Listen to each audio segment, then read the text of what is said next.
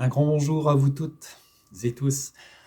Alors, aujourd'hui, après vous avoir parlé de Dieu dans les précédentes vidéos, je me penche sur les mots et les histoires que l'on se raconte les uns aux autres. Et plus particulièrement les cosmogonies, qui sont des récits mythologiques qui décrivent ou expliquent la formation du monde, ses origines. De cette période, personne n'a rapporté les images, bien sûr.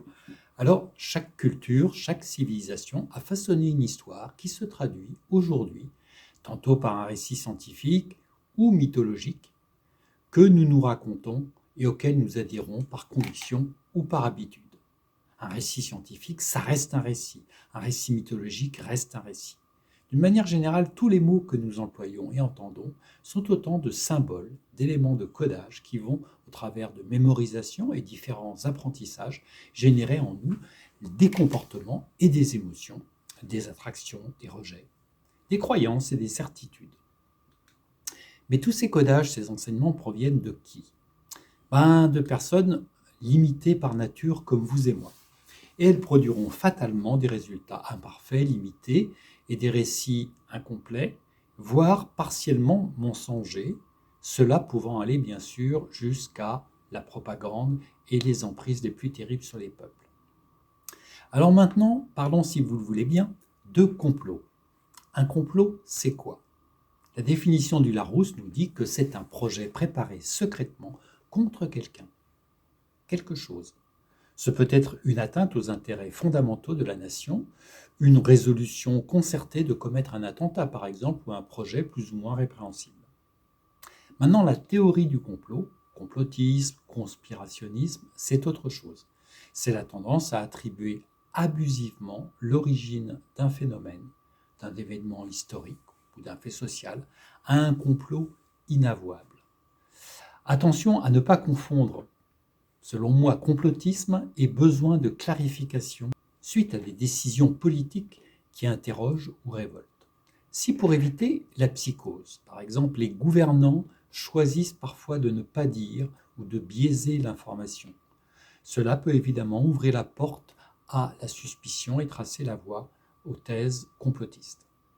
D'où l'importance pour les politiques d'informer, d'éduquer, d'expliquer les décisions. C'est pas simple, c'est une tâche immense. Il faut de la volonté politique et à répéter, faut pas hésiter à répéter, à renouveler sans cesse, cela sans assurance de résultats satisfaisants à l'ère des réseaux sociaux. Complots et cosmogonie ne sont donc que des récits, des histoires auxquelles on adhère. Cela agit comme un encodage qui produira en nous une adhésion ou non à certaines croyances et développera en nous certaines convictions. Alors, pour ma part, je garde à l'esprit que je suis le fruit de ce qui me nourrit. Sur le plan individuel, la question se pose de reconnaître dans tous ces récits qui me construisent ce qui sera au final le plus favorable à mon corps et à mon esprit. Puis sur le plan collectif, on prend la laïcité, par exemple, ça sera une forme de proposition. Puis la dictature, ce sera une autre forme de proposition. Une application concrète. La technologie numérique, avec l'individualisme et l'enfermement derrière les écrans, est une option. Vivre ensemble et faire des choses ensemble et dans la nature en est une autre. Sur un plan religieux, il s'agira ensuite, bien entendu, d'équilibrer le bateau entre la foi et la science, entre ce qui relève de la raison humaine et ce qui appartient à la révélation divine. La place d'un livre sacré, par exemple, peut faire toute la différence dans un sens comme dans l'autre. Il peut rendre fou, extrémiste, comme il peut contribuer à faire naître en nous sagesse et équilibre. Nous verrons bientôt tout cela avec Satan et la notion de complot meurtrier qui définit sa nature, et qui se répandra jusque dans les sphères des gouvernements où le religieux et le politique se sont mêlés tout au long de l'histoire. Alors de là, avoir des complots partout, c'est bien dommage. Mais politique et religieux, c'est pas une bonne combinaison.